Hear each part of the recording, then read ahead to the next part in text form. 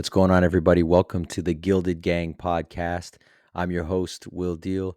And today, I just want to talk about the big news that came out that Brock Purdy is ahead of schedule, cleared for football activities to be ready to play football.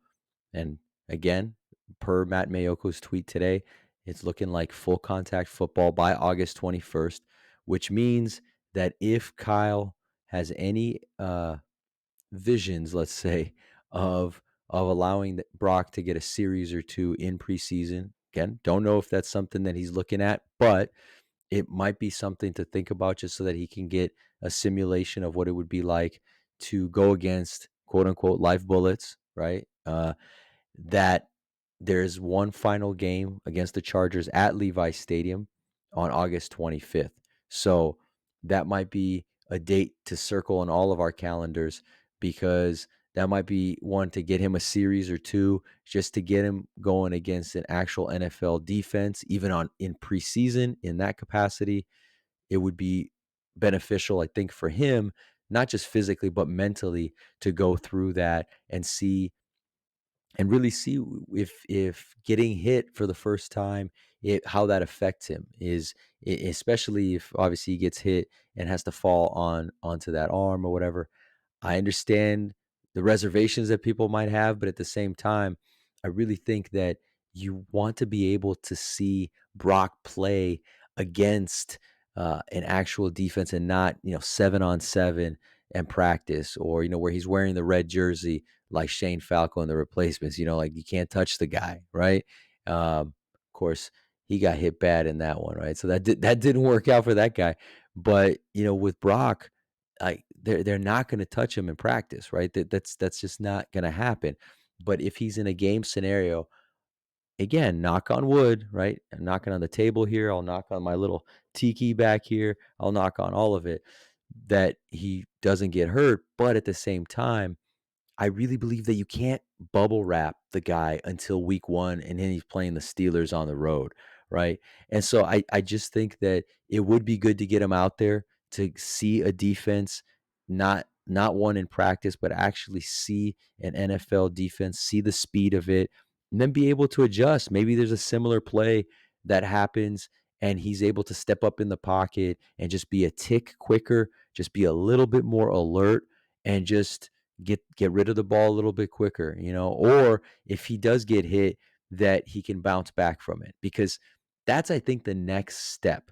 It's not that the guy got hurt, he has surgery, he'll be cleared by the 21st, he'll be, clean bill of health as far as the arm goes. It's strong, everything's healed from that vicious hit uh, that he took against Hassan Reddick back in February, right?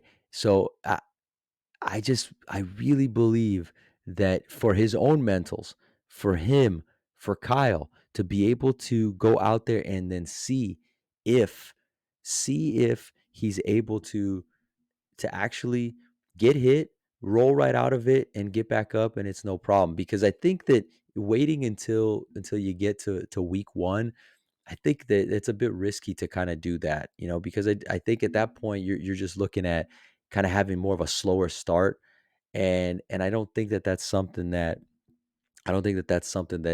he wants to do. I don't think that's something that Kyle wants to see.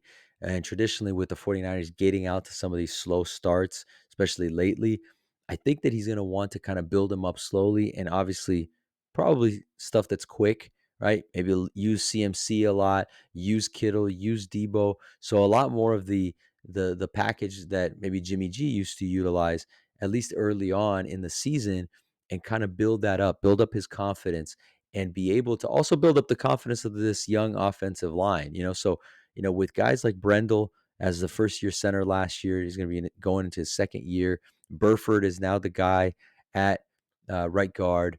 So you're going to have McKivitz at right tackle. So that whole right side there, along with the center, that's going to be a bit of a challenge. You have Banks as the left guard, and he's looking really good. Apparently, he's ready to go. He looked really good last year, and then obviously with big Trent Williams, number 71 on the left. So I think that the protection, I do actually think is going to improve, and I know there's been a lot of talk about that, but I think that no matter how good the protection is, plays like the one against the Eagles will happen again. So similar, at least, where there will be a breakdown, and he's going to need to be able to either step up in the pocket, slide to the left a little bit, and figure out a way to get the ball out just a tick faster, right? And even if he gets hit, it's about getting hit and still being able to to bounce back, right? And mentally know that, oh, I got hit. That's right. My arm is still here. Right. My arm is still intact. Because let's be honest, he got hit and he got hurt a lot even before that play last year, right? He had the bruised ribs going into the Thursday nighter against the Seahawks. So, he was banged up a bit and he still found a way to play. It just so happened that at the worst possible moment, he had some an injury that, bad protection for sure, but I think as he gets older, he also may be able to kinda get rid of that ball just a tick quicker or be able to move up in the pocket and see that he's got a little bit, more space there and then just get rid of it. Let it go and then trust that things will improve and that his timing will improve, his awareness will improve. Maybe the next time he feels that, maybe he just takes it. Maybe instead of trying to throw it, he'll just kinda tuck it in, take the sack on that one, whatever the reason may be, whatever is needed, because let's be honest, the guy has only actually played in 7 games, 7 full games, and then a few, what is it, 1 quarter against Kansas City in garbage time, and then just not even half a quarter against the Philadelphia Eagles in the NFC Championship game. So he needs the reps too, and he needs the different situations to be able to get back and start to feel like he can go through these different kind of situations and be able to bounce back. And I think that's the next step because he'll be cleared to play, but are you ready to go against live bullets again? And I think this is why I am a big proponent of letting him play in preseason and to allowing him to see what if he's able to, what happens at that point, how he reacts when he sees an NFL defense coming at him. If the protection is bad on the right side or it breaks down, what does he do? Does he step up? Does he try to escape to the left and make a throw? Whatever it may be. So this is just going to be a continuous process, a continuous evolution to Brock's game. And I really believe that because this was not Tommy John, right? This is his tendon that got reattached to his elbow, and from all reports that I've read, everything that's out there, he should return to full health, right? And should return to pretty much the guy that he was before, if not exactly the guy that he was before, which means that if he has the same strength he did before and now mentally he's going to grow, he can only improve, really. He's not just going to stay that player that he was last year, which was already a pretty darn good player. I mean, let's be honest. The offense was scoring 33.7 points a game with Brock under center. So just imagine another year, another 2 years removed then from the injury and just under center, continuously. So I really think that this guy needs to kind of get those reps, and hopefully he'll be able to get in a series or two before the season starts. I really think that will be beneficial for him as he progresses towards week 1, which is September 10th at Pittsburgh. All right. So, but again, the date to me to circle on your calendar, and hopefully we'll hear more about this. I think that it'll be really important to see where he's at the beginning of August. I know the 49ers play the Raiders in the first preseason game on August 13th. But if that last week of July and first week of August, everything's still looking good and Brock is still looking strong, I think that then we can really feel good about, okay, now what's the plan? Because at this point, he's ahead of schedule by probably about a week, maybe week and a half. Everything's going well, and he's throwing an actual football, which is fantastic. And he's no longer throwing the towels anymore, right? He's no longer throwing other things. It's an actual football. So he's again, he's having to get his arm back to what it was before. And he's still got some time. I mean, it's June 5th.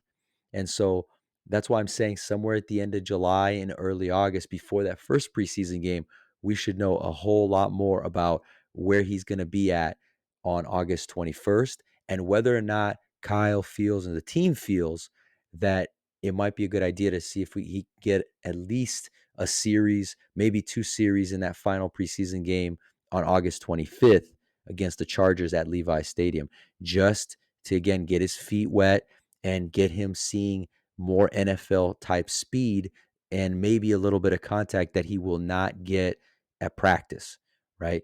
So I feel like that will prepare him more for the season ahead than if we just bubble wrap him until week one and then, hey, go ahead, let's go. So I that's just my take. I understand people might disagree and think, he could get hurt and this and that. He could get hurt anytime. Let's be honest about that. The goal here is to get him to mentally be prepared to take hits and get and bounce back up and be able to know, okay, if something like that again happens, how am I going to react? And you're not going to learn all that in one or two series in preseason. But again, it's just about getting out there against an NFL defense, which he'll only be able to do since the NFC Championship game in that final preseason game as a tune-up for the regular season in week one.